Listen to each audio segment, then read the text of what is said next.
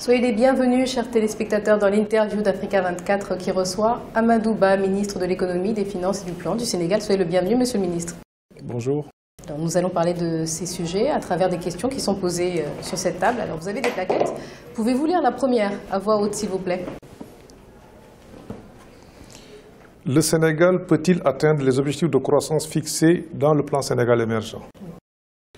Le Sénégal a entrepris sous l'égide du président Macky Sall la mise en œuvre de sa vision, dénommée plan Sénégal émergent. Le plan Sénégal émergent vise à transformer l'économie du pays, à doubler la croissance tous les 10 ans. Sur la première période 2014-2018, l'objectif est de porter le taux de croissance moyen à 7%. Le Sénégal vient de loin. En 2011, le taux de croissance était de 1,7%, inférieur au croît démographique. Deuxièmement, le déficit budgétaire était à 6,7%. Nous avons fait des efforts importants de consolidation, d'amélioration de notre marge de manœuvre budgétaire. C'est ainsi qu'aujourd'hui, le taux de croissance projeté pour 2015 est de 5,4%. Et le déficit s'est réduit et le déficit est projeté à 4,7% pour 2015 et va aller à 4,2% en 2016 avec une croissance attendue à plus de 6%. Donc ces 7%-là, vous pensez pouvoir les atteindre? On va atteindre les 7% avec la mise en œuvre du plan Sénégal émergent. C'est la mise en œuvre de 27 projets phares et de 17 réformes clés. Mais pas tous en même temps? Pas tous en même temps, mais aujourd'hui nous allons quand même à une vitesse extrêmement rapide, importante, parce que nous voulons doubler le taux de croissance en 10 ans. On projette 8,2% à partir de 2018. 2018, pour l'instant en 2015. Donc... On est en 2015, c'est des projections. Oui, bien sûr. Donc, ce qui est important, c'est qu'on est parti de 1,7. Aujourd'hui, on projette 5,4, peut-être même plus, faire plus, certainement, on l'espère, parce que les conditions sont favorables pour faire une croissance beaucoup plus forte en 2015, mais nous sommes assez prudents. Et jusqu'à présent, nous gardons un peu nos projections de 5,4. Nous pensons pouvoir faire plus de 6% en 2016 et en 2017 plus de 7%. Et après, sur la moyenne 2014-2018, l'objectif est d'arriver à un taux de croissance moyen de 7%. C'est vrai qu'en théorie, ça devrait être le cas, mais on retrouve l'exemple de pays africains qui ont parfois même des taux de croissance à 2 chiffres, mais une croissance qui n'est pas inclusive et donc qui ne résout pas véritablement les problèmes dans le pays. Donc est-ce que dans votre démarche, vous incluez aussi ces données-là et vous essayez de créer un nouveau modèle de croissance? C'est justement ça, le plan Sénégal émergent, c'est 3 axes fondamentalement. Premièrement, c'est la transformation de l'économie, transformation économique, transformation structurelle de l'économie, ça c'est l'axe numéro 1. Et l'axe 2 justement du plan Sénégal émergent, c'est le développement du capital humain, l'inclusion. Le 3e axe du plan Sénégal émergent, c'est la gouvernance, la bonne gouvernance, la paix et la sécurité. Parce qu'aujourd'hui, on a beau dire, on ne peut pas transformer l'économie si le pays n'est pas bien gouverné.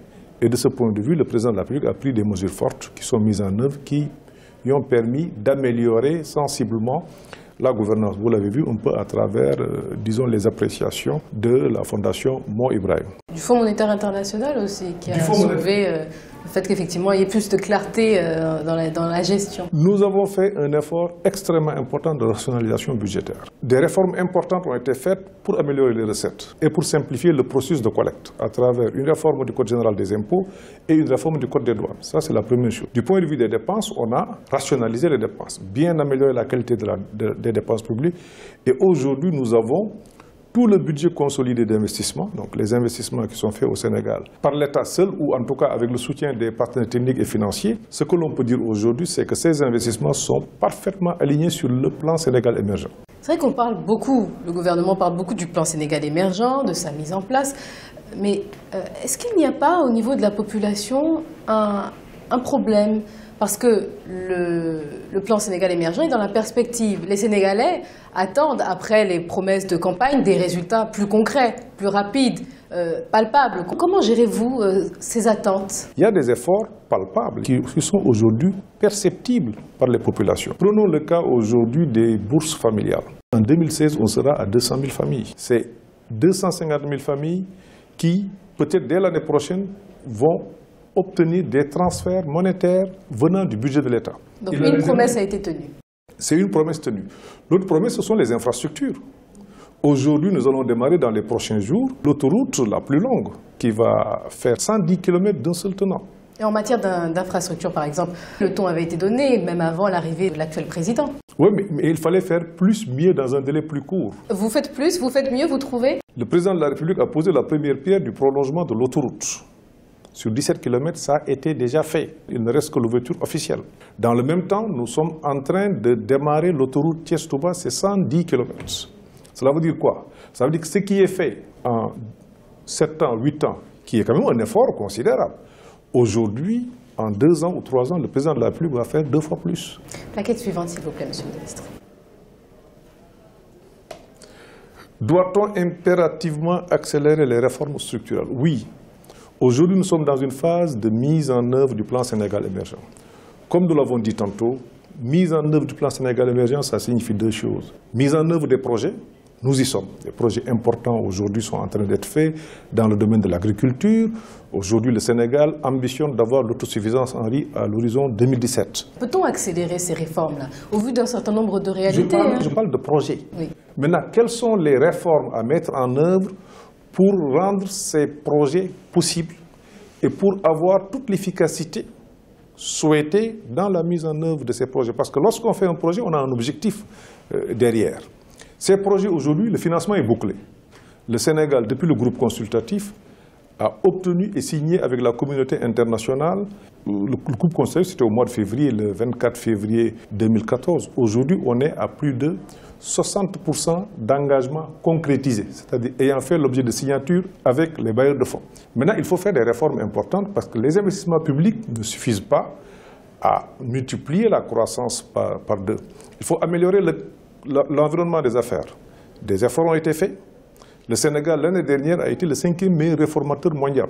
Selon le classement Doing Business. Selon le classement Doing Business 2014. C'est une excellente chose, je pense, mais nous ne devons pas dormir sous nos lauriers parce que les autres aussi sont en mouvement et nous devons donc travailler davantage. Effectivement, le Sénégal a progressé, mais dans ce même rapport Doing Business, il y a sûrement des domaines aussi où le Sénégal a beaucoup d'efforts à faire. Mais c'est justement pour cette raison qu'il faut continuer les réformes. C'est pour cette raison aujourd'hui que nous avions identifié 17 réformes phares qu'il faut mettre en œuvre. Le secteur informel. Oui. 60% à peu près selon les chiffres qu'on a pu avoir des entreprises, entre guillemets. Comment fait-on pour passer de l'informel au formel, pour convaincre les Sénégalais qu'il faut passer ce cap? Il y a plusieurs choses. Aujourd'hui, rien que dans le domaine fiscal, il y a un processus qui est en train d'être mis en œuvre pour intégrer le secteur informel dans le formel. Et de ce point de vue, des réformes importantes sont engagées pour identifier. C'est extrêmement important. Le Sénégal est en train de faire l'une des plus grandes enquêtes de son histoire, c'est le recensement général des entreprises du Sénégal. Ça n'a été jamais fait. C'est en cours. Y compris les entreprises informelles. Ça va du marchand ambulant à l'entreprise la plus structurée. Et les personnes sont coopératives? Absolument. Absolument. Vous pouvez voir, parce que l'objectif n'est pas de faire de la fiscalité. L'objectif, c'est d'avoir une information sur ce qu'il y a dans le pays. Donc vous suivez, vous enquêtez sur les Sénégalais? C'est au niveau national que ça se fait. On a une équipe qui est en train de faire le tour du pays, qui est en train d'enquêter. Et une fois que vous saurez, vous allez trouver des moyens particulier de pouvoir pousser ces personnes-là à quitter ce secteur informel, à rentrer dans le formel, à se dire qu'ils vont payer plus d'impôts, qu'ils vont avoir plus de restrictions parfois? Ce n'est pas payer plus d'impôts, parce que la réforme qui a été faite, l'objectif a été de simplifier la réforme fiscale et de baisser les impôts. On va terminer, monsieur le ministre, avec la question Joker. Est-ce qu'on peut développer un pays sans électricité? Non. Qu'est-ce qui est fait au Sénégal où 33% à peu près des 10 millions d'habitants ont accès à l'électricité? Nous sommes en train de mettre en œuvre des projets d'envergure pour que des Sénégalais qui sont aujourd'hui dans le monde rural puissent avoir accès à l'énergie. Mais en amont, au niveau des villes, pour ce qui est de l'énergie ou des ménages ou des entreprises, il y a des actions importantes qui sont en train d'être faites. Premièrement, c'est d'accroître les capacités de production. Je pense qu'avec aujourd'hui la politique qui est mise en œuvre par le président de la République, nous avons pu stabiliser les capacités et les capacités vont augmenter d'ici 2018 de manière significative. Stabiliser les capacités, pourtant, les Sénégalais se plaignent toujours plus. Je ne pense pas que les Sénégalais se plaignent plus. Bon? Aujourd'hui, en matière d'énergie, nous vivons une période où il y a moins de délestage en matière d'énergie. Quelle que soit la cause, un délestage reste un délestage. Je suis absolument d'accord avec vous. Mais dans un premier temps, les délestages que nous avions vers les années 2011 étaient des délestages liés à une sous-capacité. Mais nous avons amélioré de manière sensible nos capacités en matière énergétique. Mais le ressenti n'est pas encore... Deuxièmement, en termes d'amélioration de la distribution, des efforts ont été faits. Il y a des quartiers à Dakar où, effectivement, chaque jour vient avec son lot de délestage. Certainement. Donc pour ces personnes qui vivent dans ces endroits-là, rien n'a changé. Beaucoup de choses ont changé parce que ces personnes ne vous diront pas qu'il y a plus de délestage. Ces personnes vous diront qu'il y a toujours des délestages, mais moins que par le passé. Maintenant, l'objectif du gouvernement, après avoir stabilisé la production, c'est d'améliorer. Ça sera fait. Sous combien de temps? Avant l'horizon 2018. Donc, 2018, quasiment tous les problèmes du Sénégal seront résolus, monsieur le ministre? Non, jamais les problèmes dans un pays. Jamais. Ah bon?